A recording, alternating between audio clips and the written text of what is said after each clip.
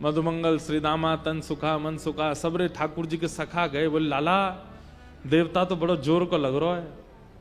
ठाकुर जी बोले दूर ते दर्शन कर लियो और मोते जैसे दारी को बोल दे इनते मत बोल दियो, गारी मत दे दियो।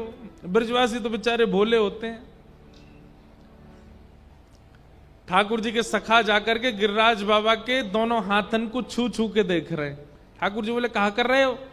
बोले लाला देख रहे हैं नकली है कि असली है, कहीं नकली हाथ तो ना लगाया है दो दो।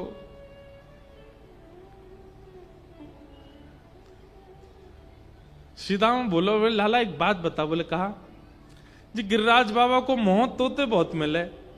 ब्रजभाषा समझ रहे हैं आप लोग? सीधाम बोलो बोले लाला जी गिरिराज बाबा की शकल को हमारी ब्रजभाषा में के मोह कहा के मोह मुंह को बोलते मोह। लाला जी गिरिराज बाबा को मोह तोते बहुत मिल रहा है। देखिए तेरे जैसी आंखें, तेरे जैसे नाक, सब कुछ तेरे जैसा ही है। कृष्ण बोले तू ना जाने मैं अपनी गैया चरावे यहीं आऊं ना गिरिराज जी पे, तो मेरी गैया को दूध पहले गिरिराज बाबा पीवे, फिर घर जाके मैं पी लूं। एक एक गैया को दूध पीवे थे, हम दोनों एक जैसे हैं। सीधाम बोलो जे कोई बात है लाला, गैया को दूध पीवे तो कोई शक्ल मिले? क्यों तेरी बहन और तेरी शक्ल ना मिले? बोले हम भी मिले तो क्यों, तुमने अपनी मैया को दूध पियो या हमारे तुम दोनों उनकी चेहरा मिले। और कोई भी बहन भैया देख ले कछु चीज तो उनकी मिले, कोई के कान मिले, कोई की आंख मिले, कोई की नाक मिले। एक ही मैया के बालकन के चेहरा काहे को मिले? क्योंकि मैया को दूध पी में एक ही मैया को दूध पियो। ऐसे एक ही गैया को दूध पीवे की वजह से हमारो चेहरा मिले। मधुमंगल बोला हाँ लाला बात तो सही कह रहा हो, बिल्कुल यही मारे तेरो चेहरा मिला गिरिराज जी ते। सीधाम बोलो लाला एक बात बता, दूध तो बछड़ा भी पीवे और वही दूध है हम पी जाएं। जी बछड़ा आज तक हमारे जैसो काहे को ना भयो। ठाकुर जी बोले अब या को तर ना दे रो मैं, या के काजे तो बहुत बहुत मेधावी बुद्धि वारो बनना पड़ेगा। अब ही तू बालक है न बड़ा हो जा फिर बताऊंगा, जबकि श्रीधाम ठाकुर जी से बड़ा उम्र में। लेकिन इतने भोले हैं श्री सब ब्रजवासी, ठाकुर जी की बात मान जाते हैं। सब ब्रजवासियों ने अपने अपने घर की सामग्री अपने हाथन से जाके गिरिराज जी को पवाई और श्री गिरिराज जी स्वयं मुंह खोल करके सबके हाथ से प्रसाद पा रहे। ब्रजवासियों के नेत्र सजल हो गए प्रेम से। वो लाला तेरी बार बार दंडौत है, तेने आज असली देवता को दर्शन कराए दियो हमें।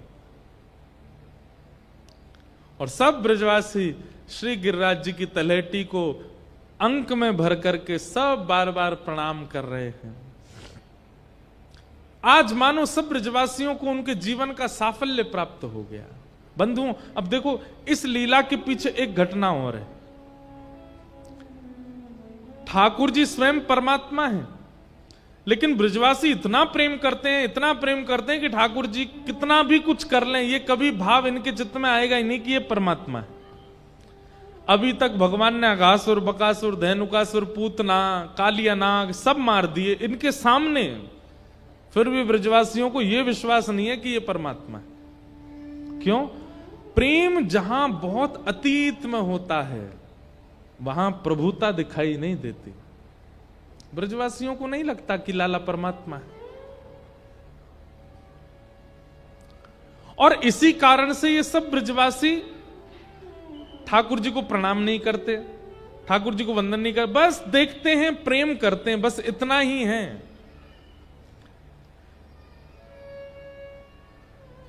ठाकुर जी के मन में आई कि भैया जीवन के समस्त पाप, समस्त आर्त, समस्त दोषों को नाश करने की सामर्थ्य है मेरे चरणन में। बहुत ध्यान से सुनिएगा। ठाकुर जी कह रहे हैं जीवन के समस्त आर्त, समस्त दोष, समस्त पाप और समस्त अव्यवस्थाओं को सुरक्षित करने की, व्यवस्थित करने की सामर्थ्य मेरे चरणों में है। और ये ब्रजवासी कभी मेरे चरणन में प्रणाम नहीं करेंगे, क्योंकि ये तो मुझे लाला माने। ऐसो कहा करूं कि एक बार, केवल एक बार इन ब्रजवासीन को मेरे चरणन में प्रणाम है जाए। तब ठाकुर जी ने श्री गिरिराज पूजन करवाया। बोले भैया मैं कहूंगा कि मैं परमात्मा हूं तुझे तो कभी ना मानेंगे, लेकिन अपनों ही एक रूप परमात्मा बना के बैठाए दूंगा तो वाह जरूर प्रणाम कर लेंगे, तो वाह से इनके जितने दोष हैं सब नष्ट हो जाएंगे। दूसरी बात, कई ब्रजवासी इतना प्रेम करते हैं ठाकुर जी से कि खेल खेल में कभी धक्का दे दें, कभी ठाकुर जी को घोड़ा बना के खुद चढ़ जाएं ऊपर, ठाकुर जी की चोटी पकड़ लें, चल घोड़ा, ऐसे करें। अब भाई देव नाराज नहीं होता, ठाकुर जी नाराज नहीं होते कि आप उनके साथ ऐसी लीला करो, लेकिन ठाकुर जी के आसपास व्यवस्थित रहने वाली जो योगनियां हैं, जो शक्तियां हैं, कहीं ना कहीं जब आप प्रोटोकॉल तोड़ते हो तो उनको पीड़ा होती है कि भाई ये परमात्मा के साथ ऐसे कैसे कर सकते हैं। कई लोग आज भी छोटे छोटे गोपाल जी को, उनके साथ में कुछ कुछ ऐसा व्यवहार कर देते हैं जो नहीं होना चाहिए। अब क्या होता है वो मैं नहीं बताऊंगा, ठाकुर जी को बुरा नहीं लगेगा, पर ठाकुर जी के इर्द गिर्द रहने वाले जो योगनियां हैं, जो शक्तियां हैं, जो देवता हैं, वो कभी कभी, जय हो भैया।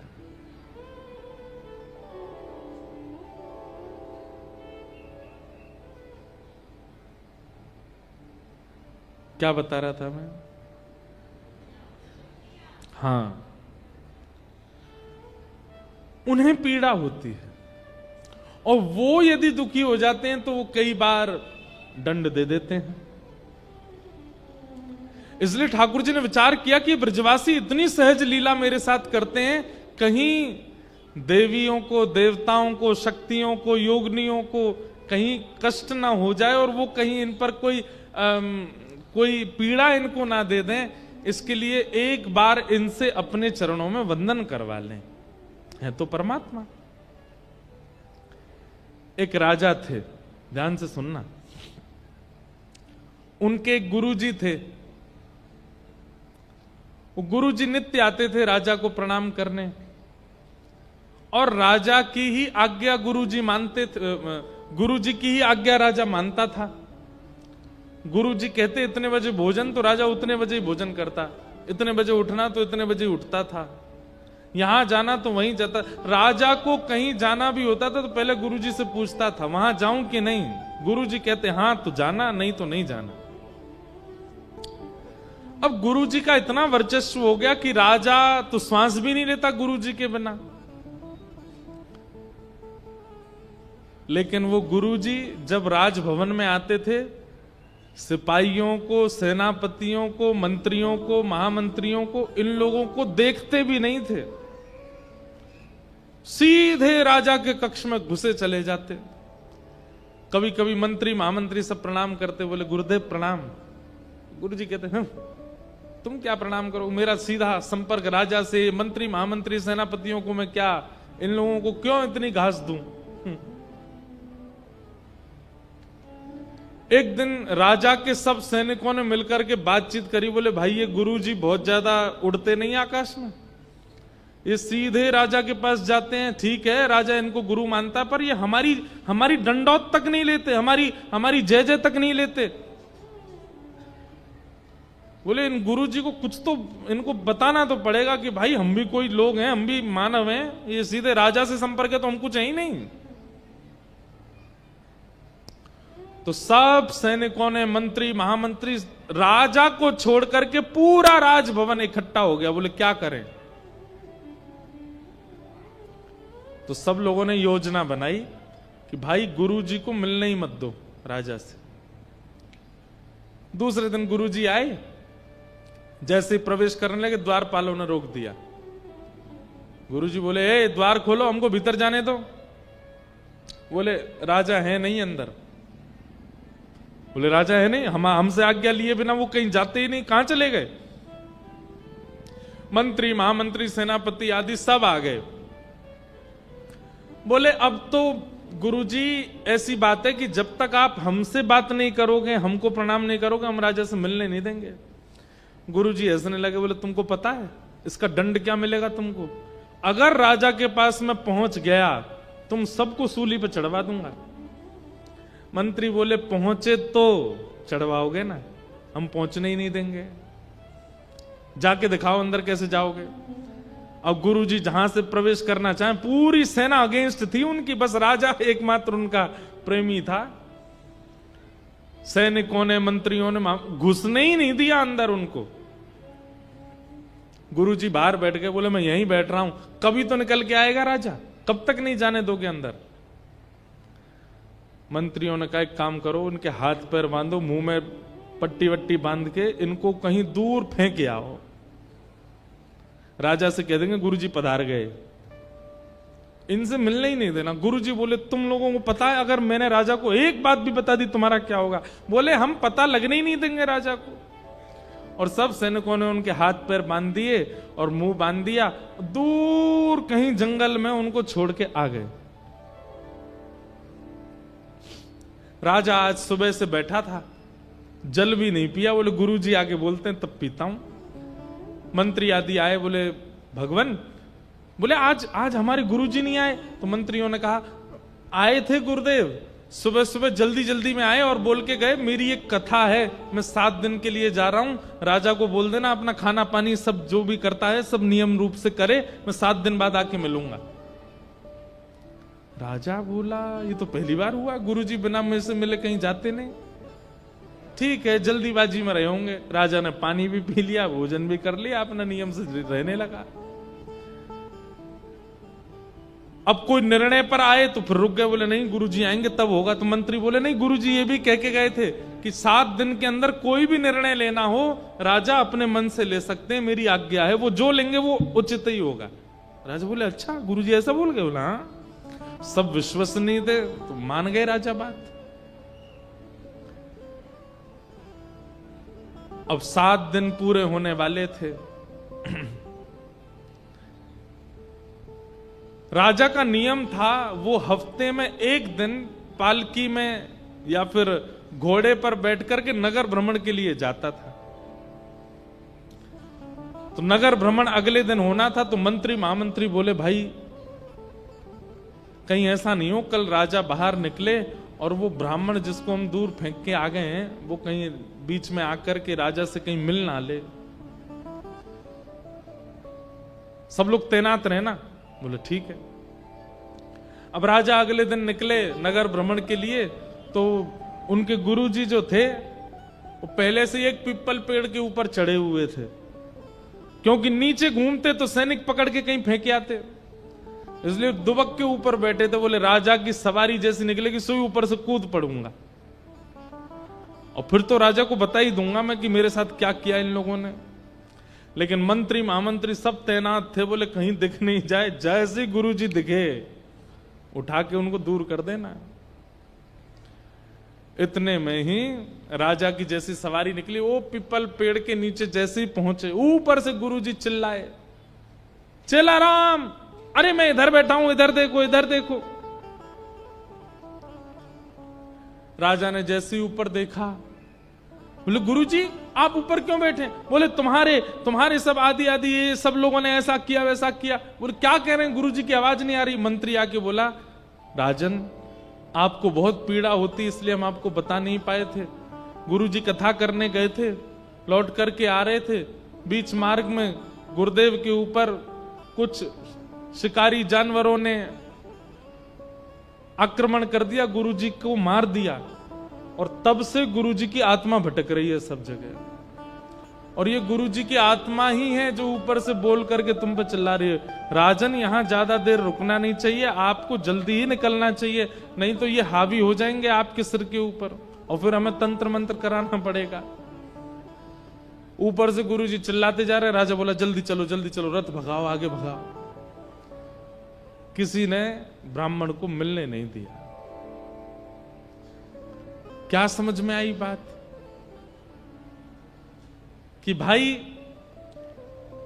कहीं ना कहीं जो ठाकुर जी के इर्द गिर्द रहने वाली जो शक्तियां हैं, ठाकुर जी सर्वशक्तिमान हैं, ठाकुर जी के इर्द गिर्द रहने वाले जो योगनियां हैं, ठाकुर जी के साथ आप कोई लीला करते हो, आपका कोई व्यवहार होता है, ठाकुर जी को बुरा नहीं लगता, पर कहीं उन शक्ति और उन योगिनियों को आपकी वह व्यवहार नहीं भाया तो उसकी पीड़ा आपको हो सकती है। इसलिए ठाकुर जी ने यह नियम किया कि भाई ब्रजवासियों को एक बार तो पूजन वंदन करवा लूं मैं अपना। ये तो मुझे सखा मानते हैं, लाला मानते हैं, सब प्रकार की लीला कृपा करते हैं, लेकिन मुझे देव मान करके एक बार मेरी पूजा कर लें तो इनके जो भी दोष होंगे वो दोष नहीं है, प्रेम है। पर ये देवता क्या जाने प्रेम क्या होता है, ये तो दोष ही समझेंगे, वो दोष सारे नष्ट हो जाएंगे। इसलिए हम कहते हैं ठाकुर जी से जो भी संबंध मानिए उस संबंध में यह भी व्यवस्थित रखिएगा कि आपका संबंध परमात्मा से है। तो कहीं हम इतने ज्यादा स्थिति में ना आ जाएं कि मर्यादा भूल जाएं। मर्यादा तो रखनी, कई लोग संबंध के चक्कर में मर्यादा भूल जाते हैं ठाकुर जी के प्रति, वो मर्यादाओं का ध्यान रखना है। गोवर्धन पूजन कराया, इंद्र को पता चला मेरी पूजा बंद हो गई, इंद्र ने आकाश में मेघमालाओं को भेज दिया कि ब्रज में इतनी वर्षा करो कि पूरा ब्रजमंडल डूब जाए।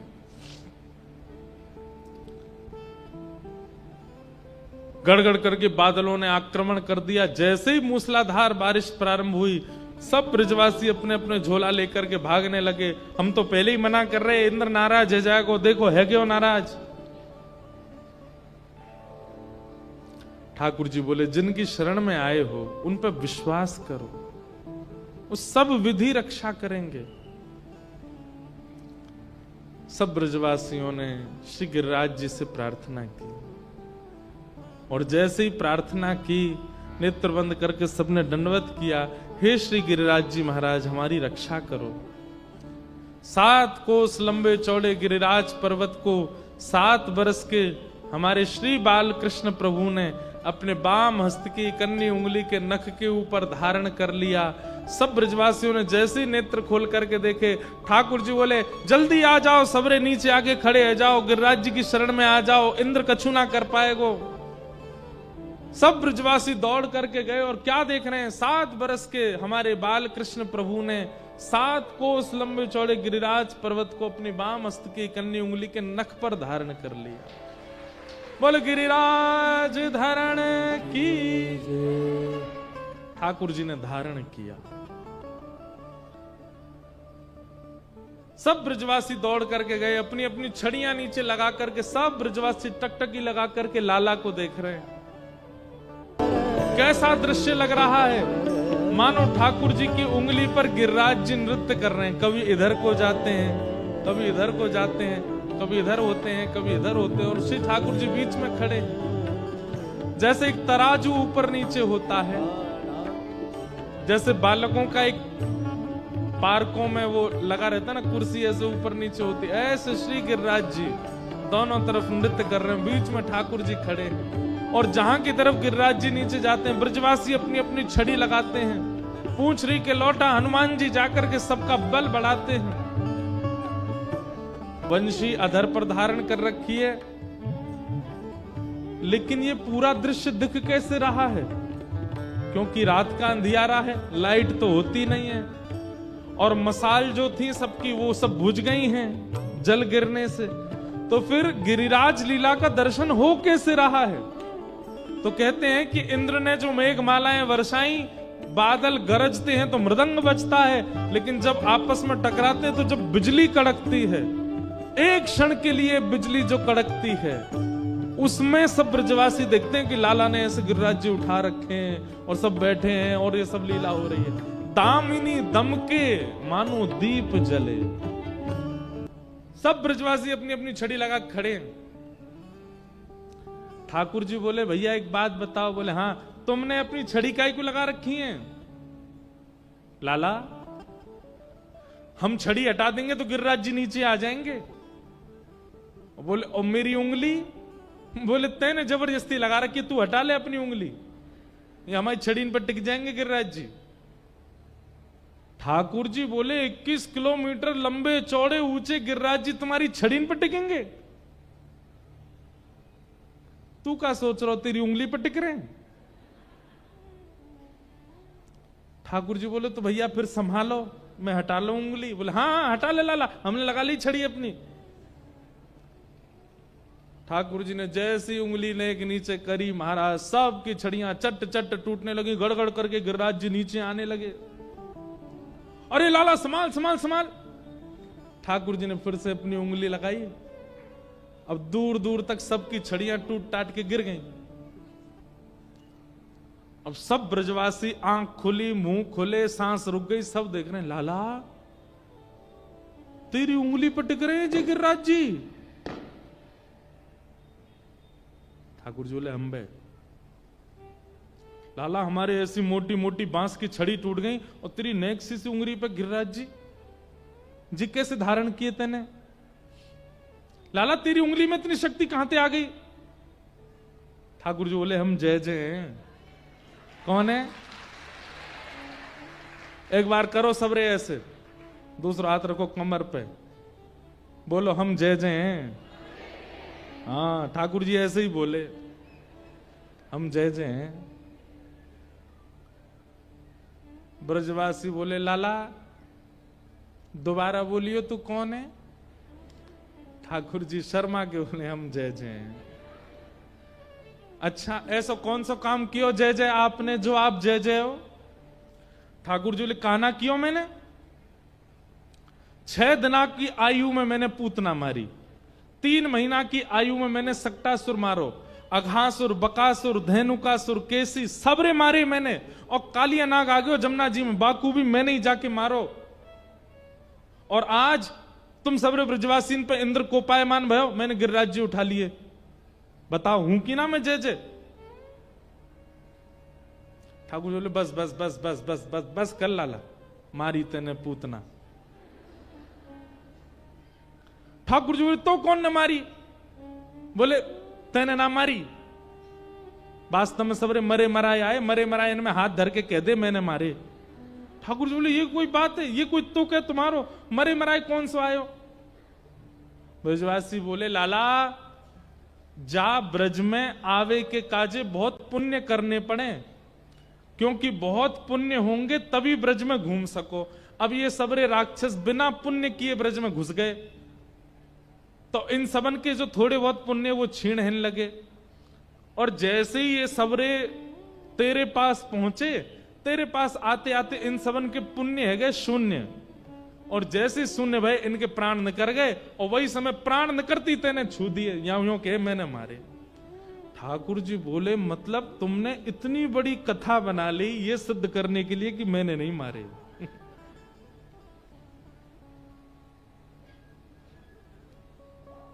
ठाकुर जी उंगली पे गिरिराज जी धारण करके प्रमाण दे रहे हैं, ये एकमात्र ब्रज में हो रहा है जहां ईश्वर प्रमाण दे रहा है कि मैं परमात्मा। क्यों?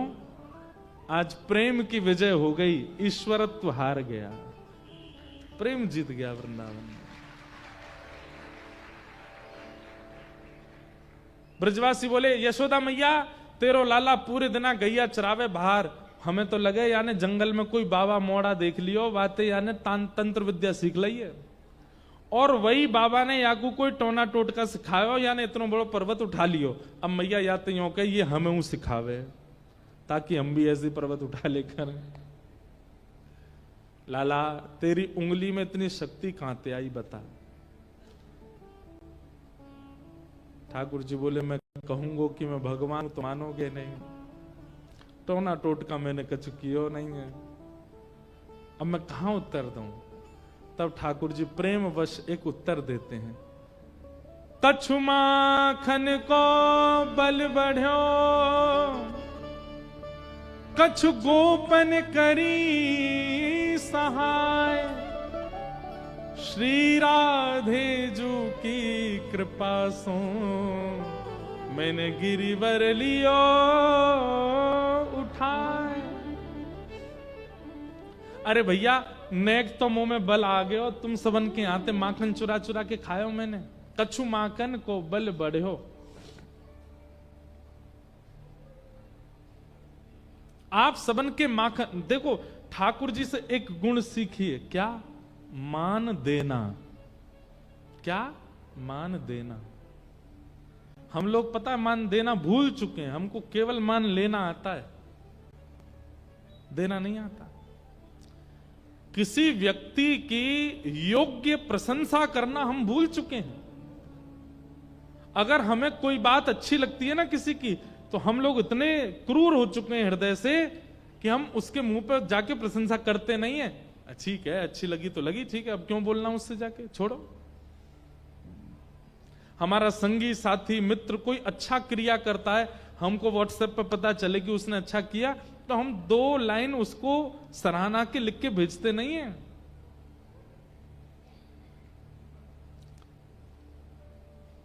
हम लोगों को मान देना नहीं आता, और ठाकुर जी केवल मान देना जानते।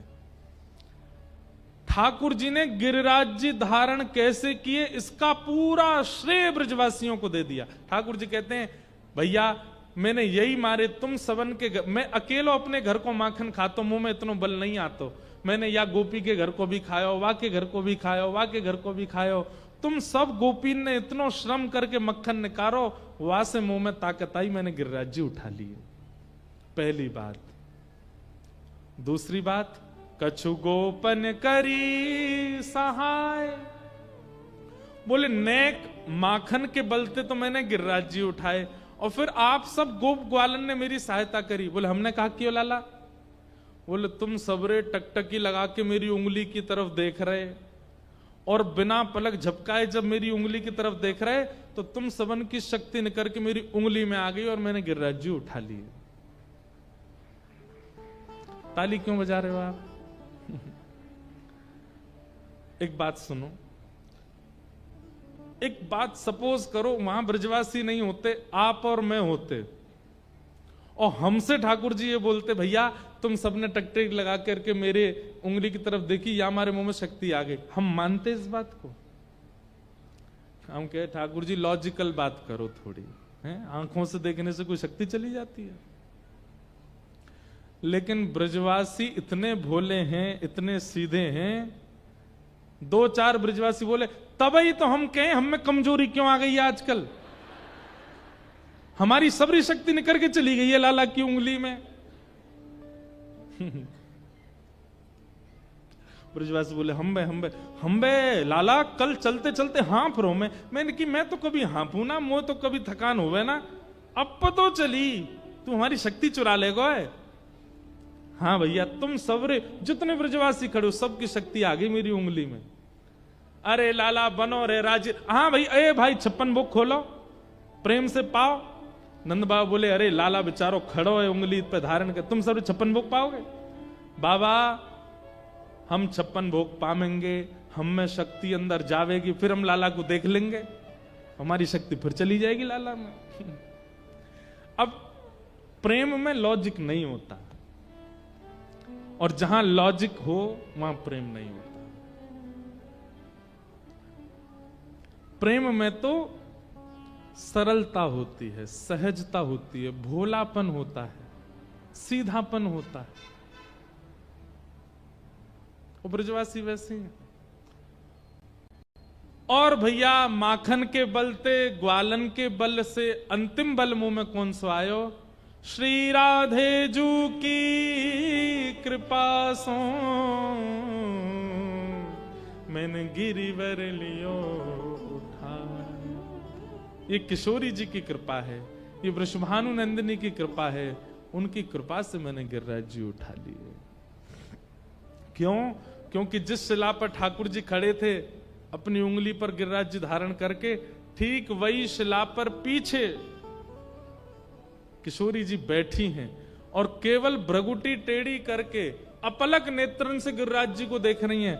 भैया रहस्य की बात तो यह है, लाला ने तो उंगली लगा रखी है, किशोरी जी ने तो केवल अपनी दृष्टि पे ही गिरिराज जी उठा रखे हैं। दोनों की कृपा सो गिरिराज जी धारण में हैं आज।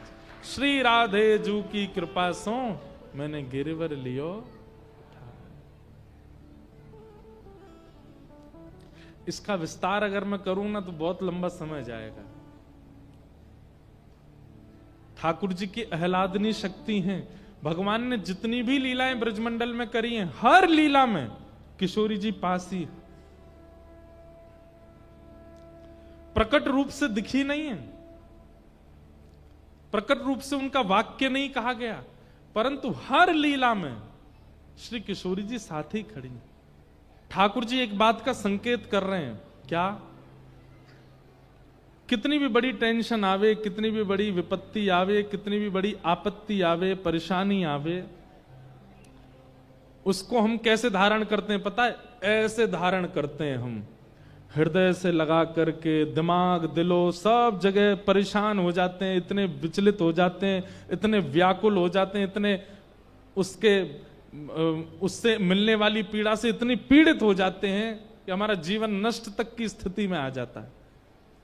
ठाकुर जी कहते हैं जैसी भी स्थिति आती हो सामने, उसको ऐसे धारण करो। हमारे शरीर में सबसे कम बल लगता है इसमें बल ही नहीं होता। इससे आप गेट भी खोलना चाहो तो भी थोड़ी ताकत ज्यादा लगानी पड़ती, इसमें बल नहीं होता। ठाकुर जी कहते हैं पीड़ाओं को कैसे धारण करो, बोले ऐसे, और प्रेम को कैसे धारण करो, ऐसे।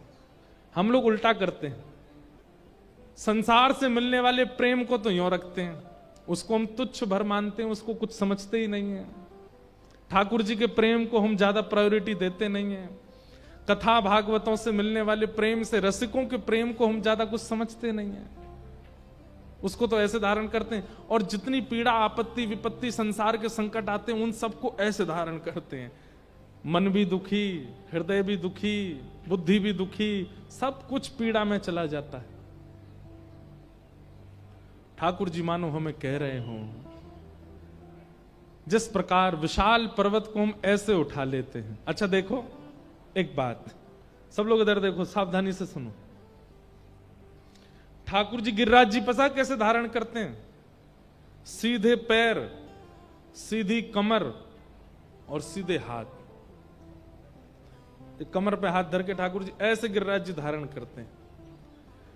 21 किलोमीटर लंबे चौड़े पर्वत को ठाकुर जी ऐसे धारण करते हैं जैसे मानो कोई रुई का फोआ उठा लिया हो उन्होंने। और 10 ग्राम की वंशी को, उसके लिए तो 2 हाथ लगाते हैं। गिरिराज जी के लिए 1 उंगली काफी है इतने बड़े पर्वत के लिए, और वंशी के लिए 2 हाथ। और अधिकतर ऐसा देखा जाता है कि भारी वस्तु उठाने में व्यक्ति की कमर झुकती है, पैर मुड़ते हैं, पर ठाकुर जी गिरिराज जी यूं धारण कर रहे हैं। और वंशी ऐसे जैसे मानो कितनी भार है, कितना भार है इसमें। क्यों? ठाकुर जी कहते हैं प्रेम को सदैव दीन बन के धारण करो, और आपत्ति विपत्तियों को सदैव ऐसे सहजता से धारण करो, तुम्हारा जीवन मंगल में हो जाएगा। हम लोग उल्टे हो गए। ठाकुर जी जैसे प्रेम को धारण करते हैं, ऐसे हम विपत्तियों को धारण करते हैं। टूट जाएंगे, बिखर जाएंगे, लुट जाएंगे, रोने लगेंगे, गिर पड़ेंगे, हमारा जीवन कैसा हो गया। और प्रेम को हम प्रायोरिटी नहीं दे। ठाकुर जी के लिए गिरिराज उठाना प्रायोरिटी नहीं है, इसलिए यूं ही उठा लियो। लेकिन वंशी प्रेम का प्रतीक है, इसलिए ठाकुर जी उसके लिए त्रिभंगी होते हैं, थोड़े अधर को झुकाते हैं, 2 उंगलियों का प्रयोग करते हैं, अधर पर लेटाते हैं, तब वंशी बजा। इस बात को गहराई से सोचिएगा जाके। भगवान ने गिरिराज जी धारण किए। देखो संकट सबके जीवन में आता है। मैं मंच पे बैठा हूं, मेरे जीवन में संकट नहीं आते, ऐसी बात नहीं है। हमें मानसिक तनाव नहीं आता, ऐसी बात नहीं है। हमें बौद्धिक तनाव नहीं आता, ऐसी बात नहीं है। सब कुछ जैसा आपके जीवन में होता है वैसा हमारे भी जीवन में होता है। आपको भी रोग लगते हैं, हमें भी लगते हैं। आप कई लोगों को लगता है कि नहीं इनको कुछ नहीं होता है, ये मंच पे बैठे हैं ना, ये कथा कहते हैं इनको कोई पीड़ा नहीं होती, ऐसा नहीं है। लेकिन हां इतना कह सकते हैं कि कथा कहते कहते, भागवत जी की शरण में रहते रहते पीड़ाओं से जूझना आ गया है, विपत्तियों से लड़ना आ गया है।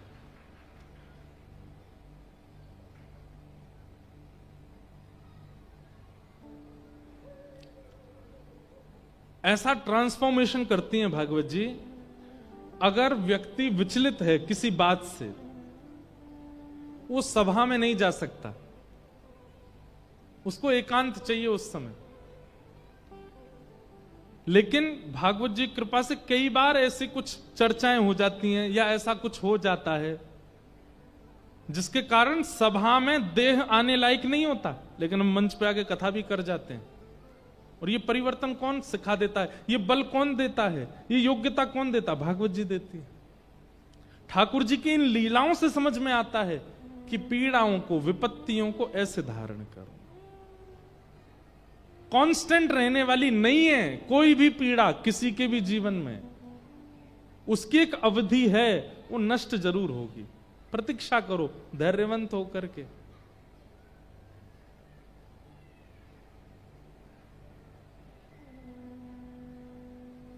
भगवान ने गिरिराज जी धारण किए, इंद्र ने आकर के क्षमा मांगी, भगवान ने उसको क्षमा कर दिया। जैसे इंद्र को क्षमा किया तो ब्रह्मा जी प्रकट हो गए, बोले मैंने भी गलती करी थी, मुझे तो आपने क्षमा नहीं किया। और इंद्र को क्षमा कर दिया, जबकि मेरी पदवी बड़ी है, मैं ब्रह्मा हूं, ये इंद्र है।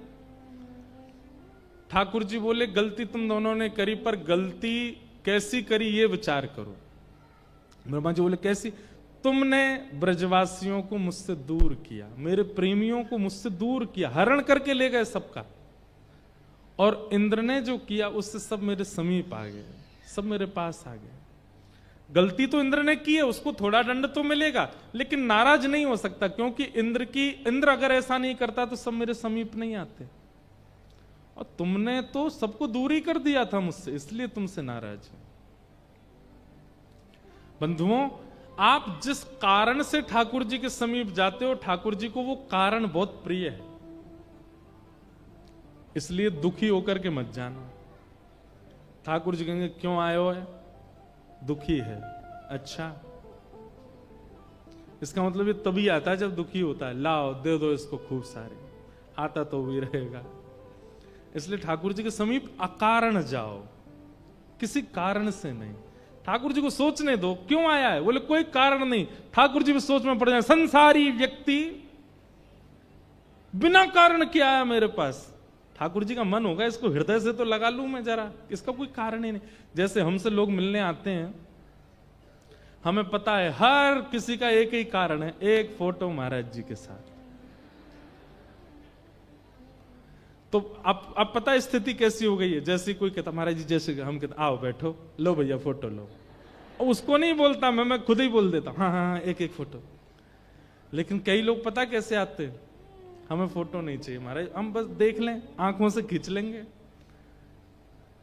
कई लोग उसको फिर बाकी के लोग अरे खिंचवा ले भाई, दिखा दियो सब। क्या दिखाना? एक व्यक्ति ने तो इतना अच्छा उत्तर दिया, बोले भाई शो केस में सस्ती वस्तु रखी जाती है, महंगी वस्तु तो छुपाई के रखी जाती है। बोले मैं महाराज जी से मिला, ये सबसे महंगा पल है, इसका मुझे कोई प्रदर्शन नहीं करना। मैंने कि तू भाई हृदय से लग जा मेरे, क्या तेने बात कही, कितना सुंदर भाव। जैसे रोडों पे आप कभी हाईवे पे जाते हो तो कई दुकान जो होती हैं वो थोड़ी भीतर होती हैं हाईवे पे, तो वो क्या करते हैं अपनी सस्ती सस्ती चीजें हाईवे पे सजा देते हैं, कोई लेके भी भाग जाए तो कोई चिंता नहीं। लेकिन महंगी वस्तु दुकान में अंदर रहती है।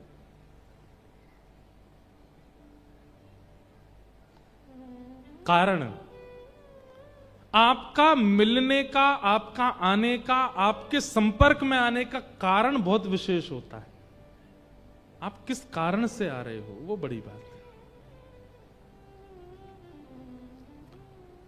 और कोई अगर अकारण ही है, किसी का कोई कारण नहीं है, वो सबसे प्रिय है ठाकुर जी को।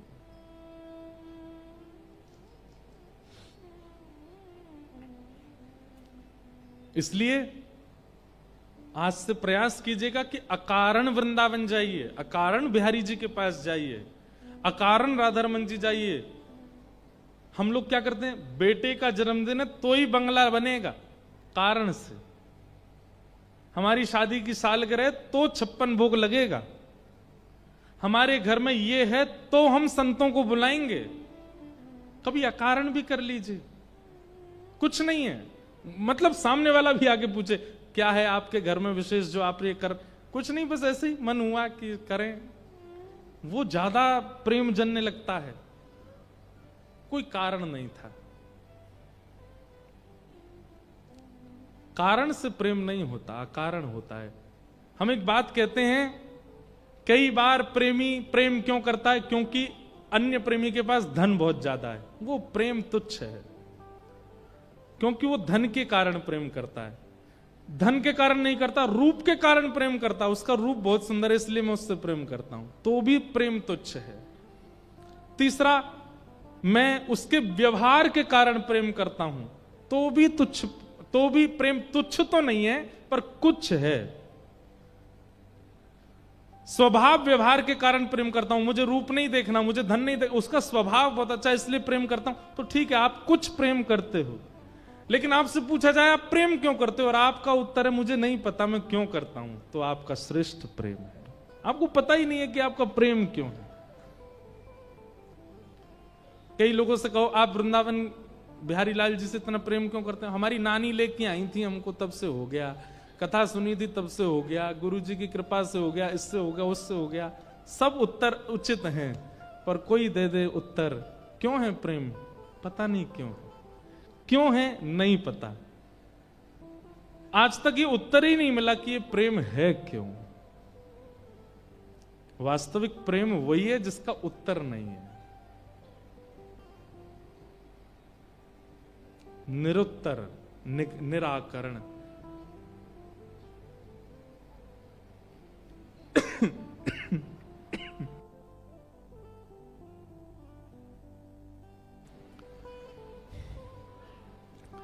तो इंद्र ने आके क्षमा मांगी, भगवान ने उसको क्षमा कर दिया। तत्पश्चात आगे एकादशी व्रत की कथा सुनाई गई, आदि आदि सब भाव सुनाए गए, और अब यहां से रास पंचाध्याय प्रारंभ होता है। भगवान पिता रात्रि शरदोत्फुल्ल मल्लिका विक्षरन्तुं मनश्चक्रे योग मायामुपाश्रित। रास बहुत ध्यान से सुनिएगा सब लोग। महारास, रास का मतलब क्या होता है? मैं हर कथा में एक बात समझाता हूं, दो बातें याद रखिए, रस और रास। आप ठाकुर जी के लिए जो करते हो वो सब रस कहलाता है, और कभी आपके प्रेम में आसक्त होके, आपकी भावना से प्रसन्न होके ठाकुर जी कुछ करने लगे आपके लिए, वो रास है। रास का मतलब नाचना नहीं होता, रास का मतलब नृत्य नहीं होता, रास का मतलब ये सब नृत्यबाजी से मत लगाइएगा इसको। हां, जब उत्साह अपनी चरम स्थिति में जाता है तो व्यक्ति नाचने लगता है। भैया आप रोज बिहारी जी के दर्शन करने जाते हो, ये रस है, लेकिन किसी दिन आपके घर बिहारी जी आ जाएं, वो रास है। और किसी दिन बिहारी जी घर आ जाएंगे तो क्या करोगे?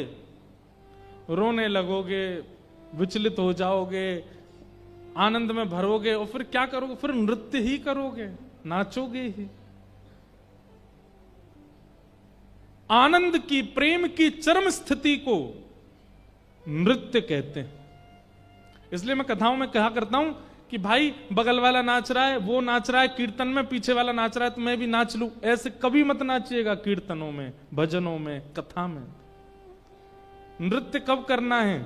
जब रोक ना पाओ स्वयं को, पैर अपने आप खड़े हो जाएं, हाथ अपने आप चलने लग जाएं, और अपने आप तन मन नृत्य करने लग जाए, वो नृत्य वास्तविक है।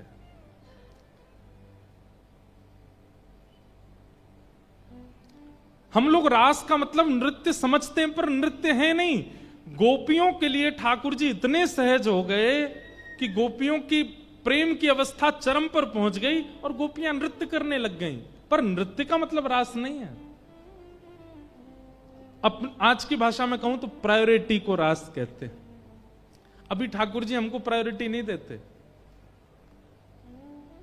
अभी तो जैसे सब भोग लगा रहे हैं हम भी लगा रहे हैं, सब श्रृंगार कर रहे हैं हम भी कर रहे हैं। लेकिन रास किसके साथ किया था? मीराबाई के साथ। मीराबाई श्रृंगार करती थी तो ठाकुर जी नयन मटकाते थे। मीराबाई रास करती थी, सूरदास जी जब पद गाते थे तो ठाकुर जी बोल पढ़ते थे। कुंभन दास सामने आकर के जब खड़े हो जाते थे तो ठाकुर जी पूछते थे, कैसा लग रहा हूं कुंभना? गोविंद दास सामने आते थे तो श्री ठाकुर जी मंदिर में से बोल पड़ते थे, ए गोविंदा मेरो खेलवे को मन है, रो खेलवे चलेगो मेरे संग। ये सब रास है। हमारे साथ रास नहीं हुआ अभी तक। हम तो रस में व्यवस्थित हैं अभी तक। हम जाते हैं, हम बोलते हैं, हम जाते हैं, हम करते हैं, हम जाते हैं, हम ही सब निभाते हैं। ठाकुर जी नहीं निभा रहे अभी। जब तक हम निभा रहे हैं तब तक रस है, और जिस दिन ठाकुर जी निभाने लग जाएं उस दिन रास है।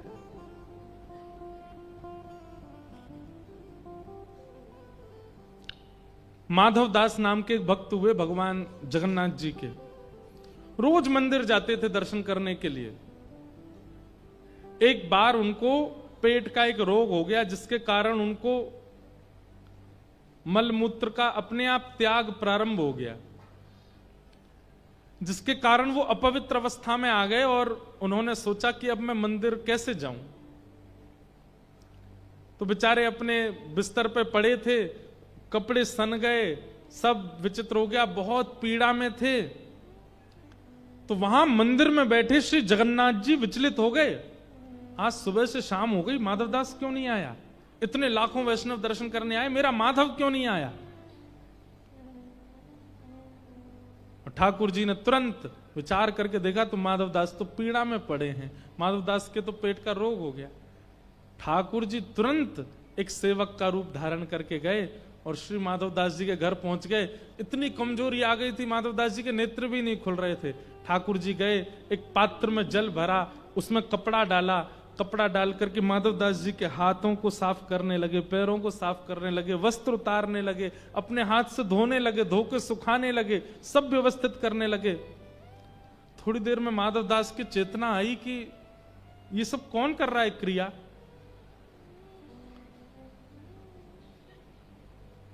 तभी माधवदास की दृष्टि पड़ी तो कोई बालक था, परंतु भक्त से ठाकुर जी छुप नहीं पाते, कितना भी रूप बदल के आ जाएं। माधवदास बोला, इधर आओ, तुम कौन हो, मेरी सेवा क्यों कर रहे हो, तुम कहां से आए हो? उसने कुछ भी उत्तर दिया, वहां से आया ये। तुरंत माधवदास जी ने हाथ पकड़ा, बोले तुम कोई और नहीं, तुम जगन्नाथ जी हो। और तुरंत जगन्नाथ जी प्रकट हो गए। जगन्नाथ जी जैसे प्रकट हुए तो माधवदास जी रोने लगे, भगवान हम 3 बार स्नान करते हैं कि कहीं हम अपवित्र अवस्था में आपके सामने नहीं आए, और आप मेरे मलमूत्र युक्त शरीर का स्पर्श कर रहे हो। ठाकुर जी बोले, क्यों? आप लोग हमारी सेवा साल भर करते हो तो हम आपकी सेवा एक दिन करने नहीं आ सकते? माधवदास जी बोले, आपको सेवा करना मंजूर है, मेरे कपड़े धोना मंजूर है, मेरे तन को साफ करना मंजूर है, आप तो भगवान हो, मेरा रोग ही ठीक कर दो, मुझे ठीक कर दीजिए, मेरा रोग ठीक क्यों नहीं करते हो? ठाकुर जी बोले, माधव ये तेरा प्रारब्ध है, ये तेरे पूर्व जन्म का छोटा सा कोई प्रारब्ध कर्म है जो तू भोग रहा है।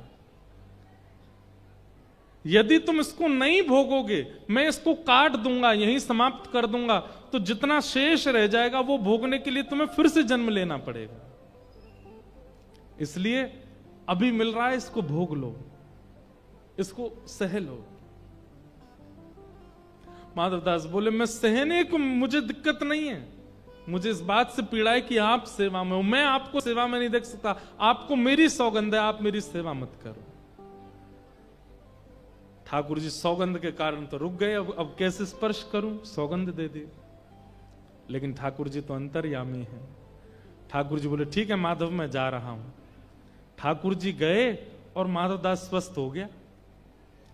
तो माधवदास जी पूछने के लिए गए, बोले, भगवान आपने मेरे प्रारब्ध काट दिए क्या, आपने मेरे प्रारब्धों को रोक दिया क्या? मंदिर में जाकर के देखा तो श्री जगन्नाथ जी की आंखें थोड़ी सी नम हैं और तन थोड़ा सा ढीला है। तभी माधवदास जी ने पूछा ये सब क्या हुआ, तभी पुजारियों ने बताया, बोले ठाकुर जी बीमार हो गए। मतलब माधवदास को जो पीड़ा थी वो 15 दिन की शेष रह गई थी, ठाकुर जी ने अपने ऊपर ले ली और स्वयं लेकर के पीड़ित हो गए। बोले तू भजन कर, तेरा जो 15 दिन का प्रारब्ध है वो मैं भोग लूंगा। ठाकुर जी भोगते, ठाकुर जी ये सब ठाकुर जी प्रेम वश होके लीला कर रहे हैं। ठाकुर जी के लिए कोई आवश्यकता नहीं है इस चीज की, लेकिन यही तो रास है, ये रास। और आज तक श्री ठाकुर जी माधवदास की याद में आज भी 15 दिन के लिए बीमार होते हैं श्री जगन्नाथ जी। ठाकुर जी को बुखार आता है, ठाकुर जी को औषधि का भोग लगाया जाता है। 15 दिन जगन्नाथ जी में दर्शन नहीं होते ठाकुर जी के। ठाकुर जी कहां हैं, वो बीमार पड़े हैं, अभी बुखार आ गया लाल जी को। किसके लिए? माधवदास के लिए। इसे कहते हैं रास। अब अर्थ ये मत लगाने ना ठाकुर जी हमारी पीड़ा लेते हैं वो रास है, नहीं। हमें एक एक चीज सबटाइटल के साथ कोट करके बतानी पड़ती है, कहीं गलत अर्थ ना निकाल लो। रास का मतलब हमारे लिए ठाकुर जी सचल हो जाएं, हमारे लिए ठाकुर जी विचलित होकर मंदिर छोड़ के आ जाएं, ये रास है। कर्माबाई, सबने कथा सुनी। पिताजी बोल करके गए, बेटी बिना खिचड़ी को भोग लगाए स्वयं पाना मत, ठाकुर जी का भोग लगाना। कर्माबाई भोग तैयार करती है, बिना नहाए धोए भोग बनाती है। बिना नहाए धोए भोग बना करके ठाकुर जी के लिए खिचड़ी बनाती है और दांतुन करते करते दांतुन के पिछले भाग से चला देती है खिचड़ी को। और उस खिचड़ी को खाने जगन्नाथ जी मंदिर से दौड़े दौड़े आते हैं। ये क्या है? ना तो कर्मा स्नान करती है, ना कोई नित्य कर्म जानती है, ना शुद्धता अपवित्रता कुछ भी नहीं पता उसको, उसके लिए ठाकुर जी दौड़े चले आते हैं। यही तो रास है। वास्तव में हमारा उद्देश्य भक्ति का क्या होना चाहिए कि हमारा जो रस है वो रास में परिवर्तित हो। कभी हमारे घर के ठाकुर जी, कभी हमारे सेवा के ठाकुर जी बोल पड़े, कभी हमारे सेवा के ठाकुर जी नाच पड़े, कभी हमारे सेवा के ठाकुर जी हमारे समीप प्रत्यक्ष आ जाएं, कभी हमसे कुछ मांग करके स्वयं पालें, वो रास।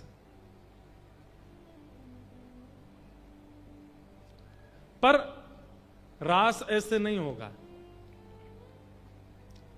हम लोगों को रस में ही अच्छा लग रहा है, हमको फर्क ही नहीं पड़ता कि ठाकुर जी बोले, ठाकुर जी चलें।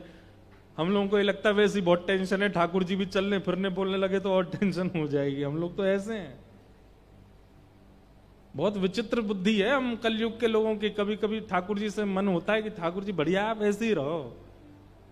ठाकुर जी अगर चलने फिरने लगे, हम सामान्य से बालक तुच्छ प्राणी, हमारी सेल्फियों से तो सिर में दर्द हो जाता। ठाकुर जी चलते फिरते तो ठाकुर जी का क्या होता।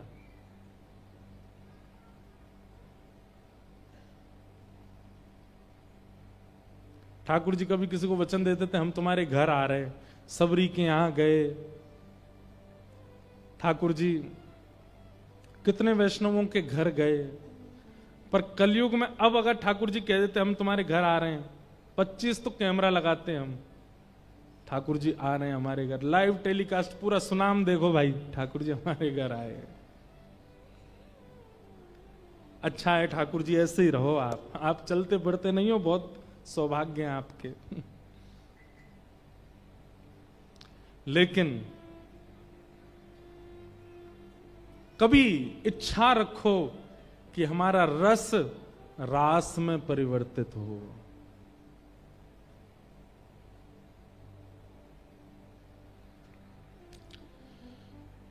कितनों के साथ रास किया, अब उसकी तो श्रृंखला अगर बोलने लगूं तो इतनी बड़ी कथा हो जाए। अभी हम जहां जा रहे हैं महाराष्ट्र, महाराष्ट्र में ऐसे ऐसे भक्त हुए। मुझे महाराष्ट्र के भक्त बहुत अच्छे लगते हैं। श्री तुकाराम जी महाराज, श्री नामदेव जी महाराज, जनाबाई, श्री एकनाथ जी महाराज, ये सब महाराष्ट्र के भक्त हुए। इतना अद्भुत चरित्र है सबका। इनमें एक हैं जनाबाई। वो जनाबाई तुकाराम जी के कीर्तन में जाती थी, तो कीर्तन में सब लोग उछल उछल करके नृत्य करते थे, जय जय राम कृष्ण हरि, जय जय राम कृष्ण हरि। जनाबाई को उन सब नृत्यकर्ताओं में ठाकुर जी भी दिखते थे। तो जनाबाई ठाकुर जी को देख करके राजी हो जाती थी। उससे सब लोग कहते तुम मंदिर क्यों नहीं चलती? तो जनाबाई कहती मैं मंदिर क्यों जाऊं, शाम को कीर्तन होता है, ठाकुर जी यहीं दर्शन दे देते हैं, तो मैं तो यहीं कर लेती हूं, मंदिर में तो बड़ी भीड़ है। तो सब लोग सोचते छोटी सी लाली है, ऐसे ही बोल देती है कुछ भी, लेकिन सच में उसको ठाकुर जी दिखते थे। एक दिन आषाढ़ी एकादशी थी, सबसे ज्यादा भीड़ होती है पंढरपुर में आषाढ़ी एकादशी को, बहुत लाखों की तादाद में लोग आते हैं। तो उस दिन जनाबाई सुबह से ही रो रही थी। क्यों? आज एकादशी है, सुबह से ठाकुर जी ने विश्राम नहीं किया होगा, बिल्कुल सोए नहीं होंगे, लाखों लोग दर्शन करने को आ रहे होंगे, ठाकुर जी के पैरों में दर्द हो रहा होगा, अरे कोई उनके चरण दबा दो, कोई उनके चरणों में घी लगा दो, कोई ठाकुर जी को थोड़ा आराम करा दो। लेकिन वो छोटी सी थी, उसकी बात किसी ने सीरियसली ली नहीं। शाम को कीर्तन हुआ तो तुकाराम जी के पास जाकर के जनाबाई बोलती है आज कीर्तन धीरे धीरे करना। तुकाराम जी बोले क्यों? आप जोर से कीर्तन करते हो, सब नाचते हैं, और सबके बीच में विट्ठल भी नाचता है, विट्ठल ठाकुर जी। आज उसके पैरों में दर्द है, वो बहुत थक गया है, आज सुबह से खड़ा है, इतने लाखों भक्तों ने दर्शन किए, आज आप कीर्तन धीमे धीमे करना। तुकाराम जी बोले छोटी लाली ऐसी बोलती है।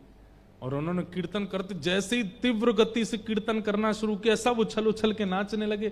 जनाबाई रो रही है, सबको करी बैठ जाओ नाचो मत, तुम लोग जोर से नाचोगे पंडरीनाथ भी नाचेंगे, उनके पैरों में दर्द हो जाएगा। और इतने में ही ठाकुर जी आ गए और ठाकुर जी भी नाचने लगे।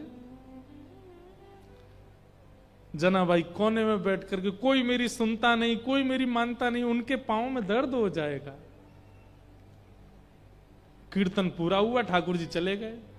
जनाबाई हिचकियां ले ले करके रो रही है, आज मेरे पंडरीनाथ के पांव में दर्द, कोई पुजारी जी से जाके कह दो उनके पांव दबा दे। इतना रोई, अर्धरात्रि में ठाकुर जी जनाबाई के सामने ही आ गए और सामने आके उसकी गोद में अपने दोनों पांव रख दिए। बोले ले दबा पांव, सुबह से रो रही है, दर्द हो रहा होगा, दबा ले।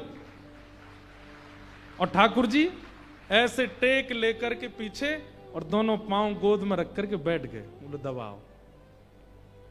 और जनाबाई रात भर ठाकुर जी के चरण दबाती रही। बहुत अच्छा चरित्र है जनाबाई का, आगे और भी लीला है पर सब नहीं सुनाऊंगा। इसे कहते हैं रास।